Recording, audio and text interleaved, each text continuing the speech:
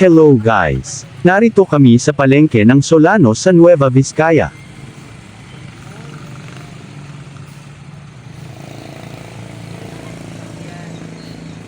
Save more po yung kulay blue na nakikita nyo at Leza naman yung kulay orange, pareho po silang grocery store.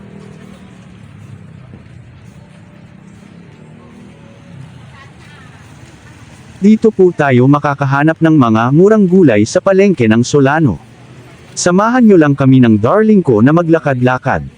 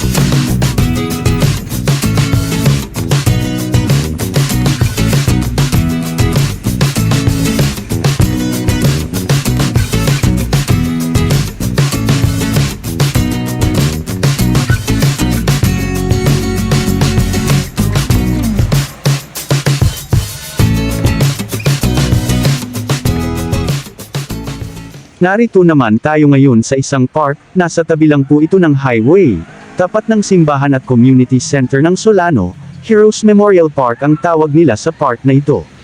Masarap tumambay dito sapagkat malamig dahil nalililiman ito ng mga punong kahoy, at may mga upuan din na pwedeng pagpahingahan.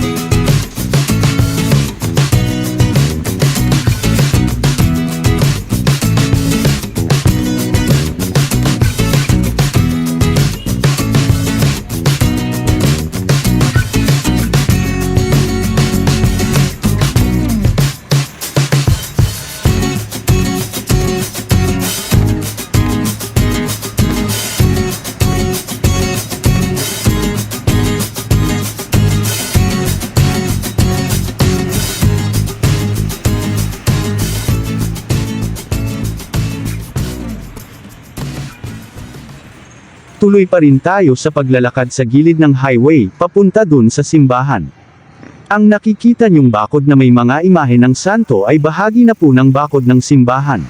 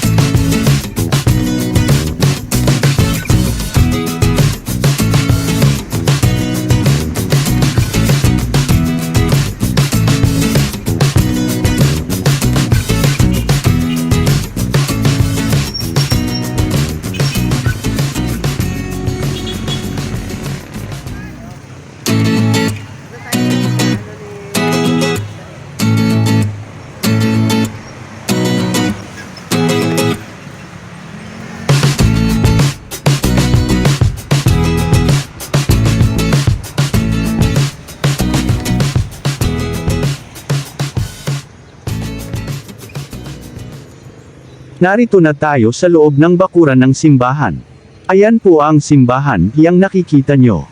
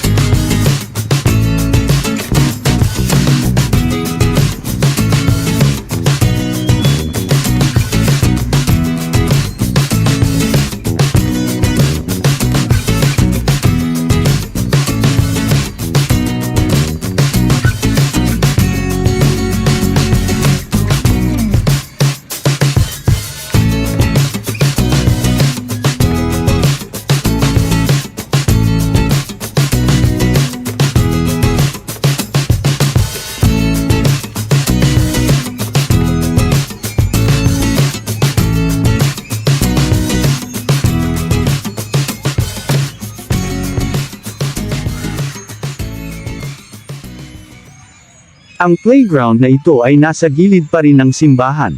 Hindi nawawala ng tao at mga bata dito para magpalipas ng oras. Malalaki din ang mga punong kahoy dito na nagbibigay ng lilam sa mga tao.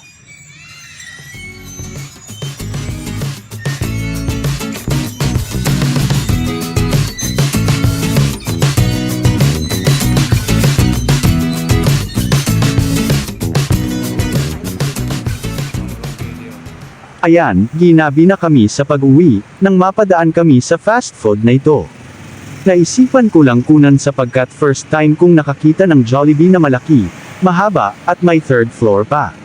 Nag-ooperate po ito ng 24 na oras, dito lang po ito sa Solano, Nueva Vizcaya.